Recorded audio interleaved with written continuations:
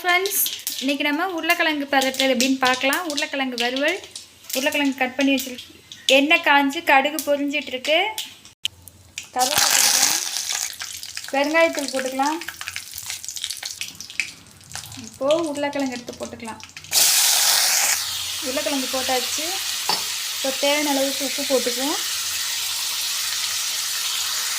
மஞ்சத்தூள் கொஞ்சம், மிளகாத்தூள் கொஞ்சம், 2 ஸ்பூன். இப்போது 2 கிளாஸ் தண்ணி ஊற்றிக்கலாம்.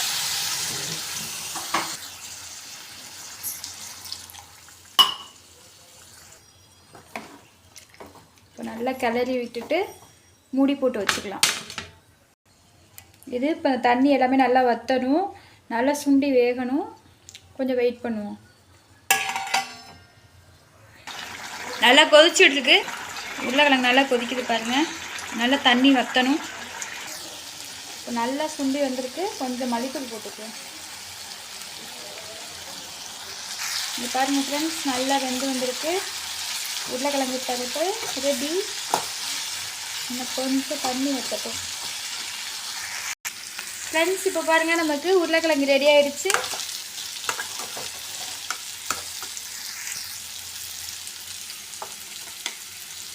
தயிர் சாதத்துக்கு, சாம்பார், ரசம் எல்லாத்துக்கும் வச்சு சாப்பிட்டிங்கன்னா சுவையாக இருக்கும். உங்களுக்கு இந்த வீடியோ பிடிச்சிருந்தா லைக் பண்ணுங்கள், ஷேர் பண்ணுங்கள், அண்ட் சப்ஸ்கிரைப் பண்ணுங்கள். Thank you friends.